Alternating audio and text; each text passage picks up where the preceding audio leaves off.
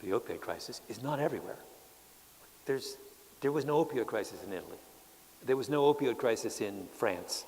There was no opioid crisis. And then if you look within the United States, I give the example. New York and Massachusetts are side by side. They have very similar demographics, very similar levels of unemployment, very similar levels of wealth. They look the same. You can drive. I live right by the Massachusetts border. I can drive into Massachusetts, and it looks exactly the same as the Massachusetts opioid crisis was so much worse than the New York State one. I mean, it's astonishing. The difference between Illinois and Indiana got whacked. Illinois had a relatively mild crisis. If you go around, so if you look at the United States, it's this weird pattern of variation. And the question is why?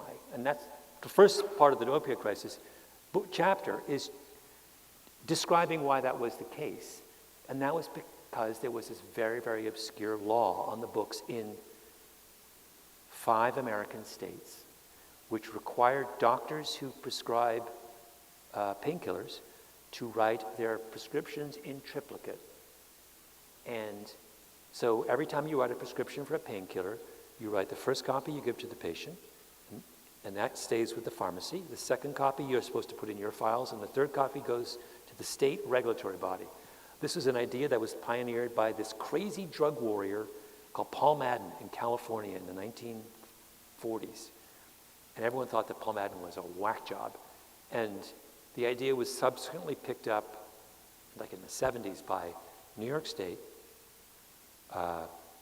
Texas, Illinois, California, and one other state to be named later.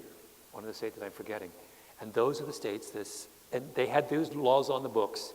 And when Purdue came along with OxyContin, they did a market test to see how physicians would respond to this brilliant, brand new painkiller they come up with.